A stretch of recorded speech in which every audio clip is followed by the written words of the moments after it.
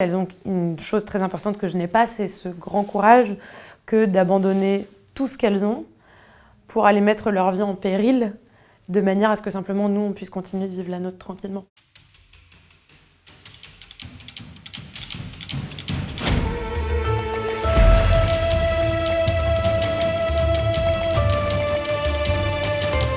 Notre révolution ne connaît aucune frontière. Durant des milliers d'années, les hommes en guerre sont passés sur le corps des femmes.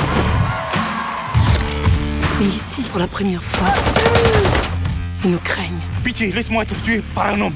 Il n'y a pas d'homme ici. Je comprends évidemment ces femmes qui s'engagent pour rejoindre une brigade, pour combattre la peur, combattre l'effroi, combattre le totalitarisme, combattre des gens qui enlèvent des vies. J'ai mes deux grands-pères, donc paternels et maternels, ont tous les deux combattu pour la France, puis se sont battus pour l'indépendance de l'Algérie, puis ont été emprisonnés par les Français.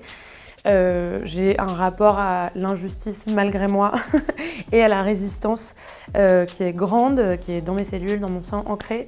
Et ça fait qu'il s'agisse de racisme, de féminisme et de choses par lesquelles je peux me sentir concernée ou des choses que je vois dans la rue et qui me touchent, je vais avoir besoin de mettre de la lumière dessus et de les défendre quoi qu'il arrive dans mon quotidien comme dans mon art. Ma mère, depuis petite, nous a toujours dit à ma sœur et moi qu'elle nous voulait des femmes libres.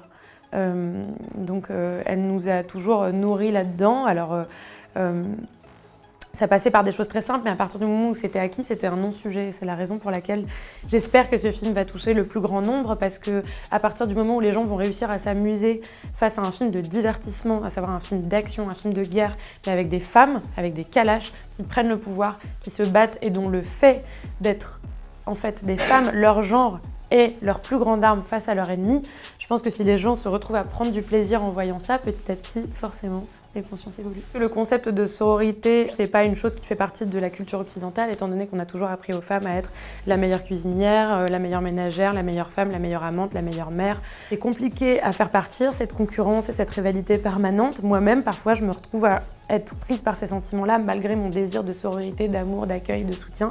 Mais voilà, c'est une chose sur lesquelles, ça fait partie des choses sur lesquelles on avance toutes, et en effet, je vois une évolution. Petit à petit, mais elle existe.